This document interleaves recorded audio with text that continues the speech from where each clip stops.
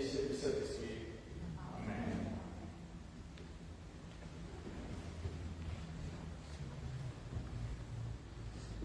La pierre qu'ont rejeté ceux qui bâtissaient est devenue la pierre principale de l'angle.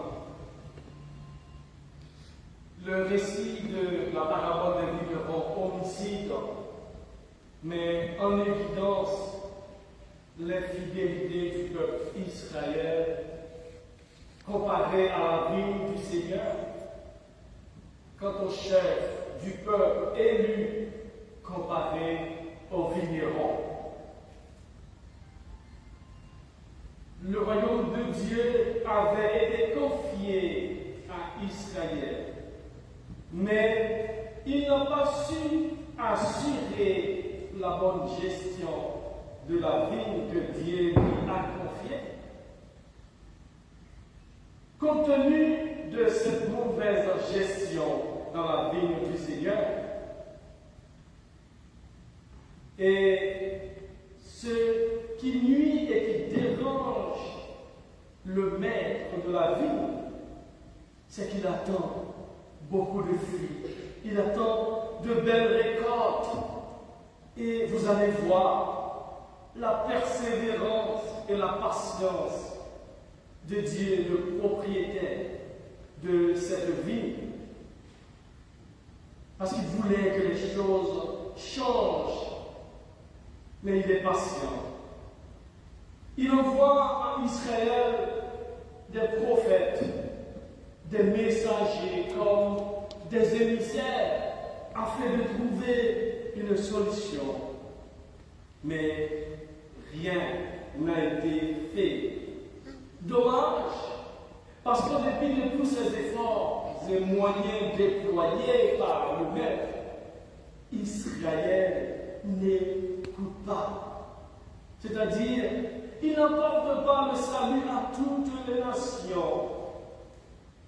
Et ces mauvais vignerons ne voulaient rien donner en retour.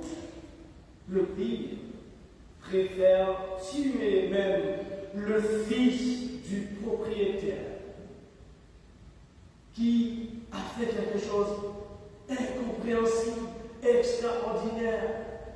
Tous les gens de son entourage, il les a envoyés, on les a tous tués. Et finalement, il s'est dit, je vais envoyer mon fils comme propriétaire. Au moins, ils auraient le respect pour son fils, mais non, ce n'était pas le cas. Oui, la menace est sans appel maintenant.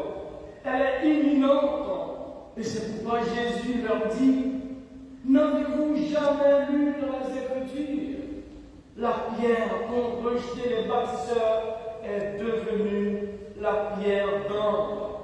C'est là où l'œuvre du Seigneur, la merveille devant nos yeux. Aussi, je vous le dis, c'est ça le plus intéressant.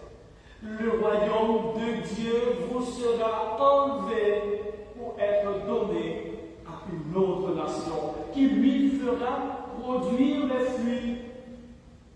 Et tout homme qui tombera sur cette pierre s'y brisera.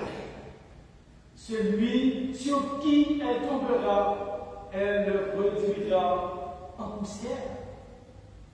Chacun de vous présent ici ce soir représente d'une certaine manière une pierre, à condition que vous fassiez ce travail dans la vigne du Seigneur.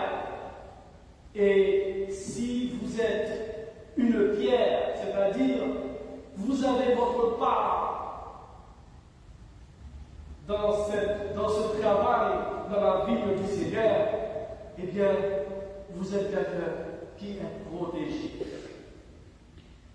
N'est-ce pas, de cette façon que le christianisme, encore la relève du judaïsme, si on peut le dire d'une certaine manière. Et ce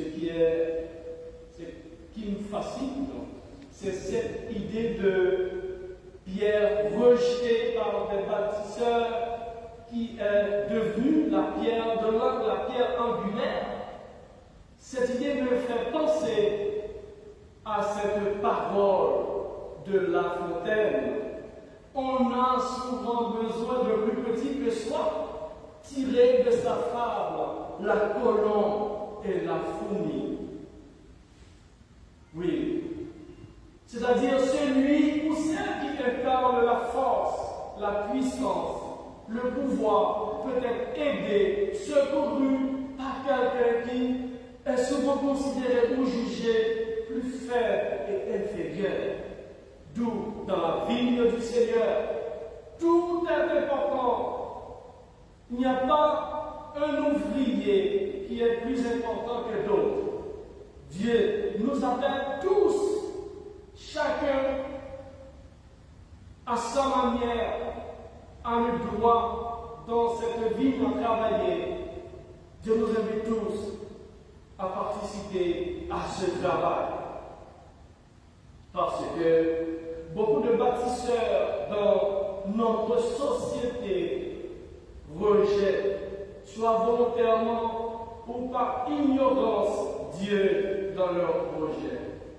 Malheureusement, si l'Éternel ne bâtit la maison, ceux qui la bâtissent, ils travaillent en vain. Malheureusement, certains ne le savent pas. Psaume 127, premier. Oui, chers amis dans le Seigneur, n'oubliez pas que Jésus était rejeté, considéré comme un intrus traité de tout nom. Mon père et ma mère peuvent m'abandonner, mais le Seigneur ne m'abandonnera jamais. Voilà ce qu'il faut savoir. Il faut rester soudé, attaché à la parole de Dieu. Nous avons beaucoup parlé du royaume de Dieu, mais on doit se poser la question, c'est quoi le royaume de Dieu? Qu'est-ce que vous avez fait pour faire grandir ce royaume? Et qu'est-ce que vous avez produit? Le royaume de Dieu dont on parle tout le temps, où se trouve-t-il?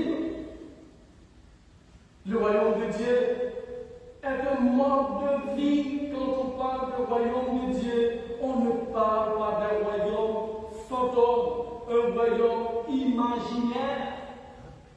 Le royaume de Dieu est plutôt un mode de vie, un principe basé sur la paix, la justice sociale, l'amour, la solidarité, le partage et l'entraide. Et tout ça, c'est pour le bien de l'humanité tout entière.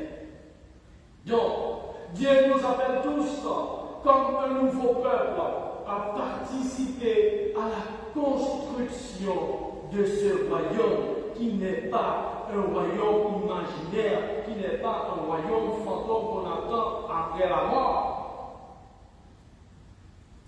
Et si vous ne faites, sachez, si vous ne faites rien, ce privilège vous sera enlevé. Oui, nous ne parlons pas de royaume imaginaire.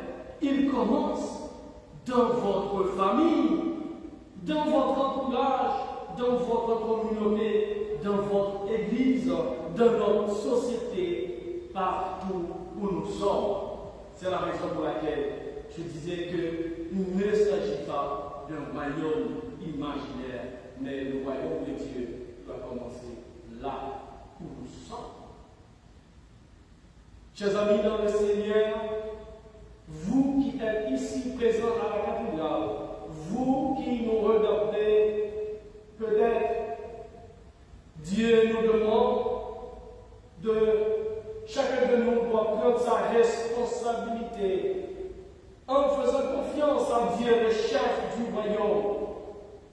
Engageons-nous tous ensemble dans l'amour pour la productivité de ce royaume qui doit commencer dès aujourd'hui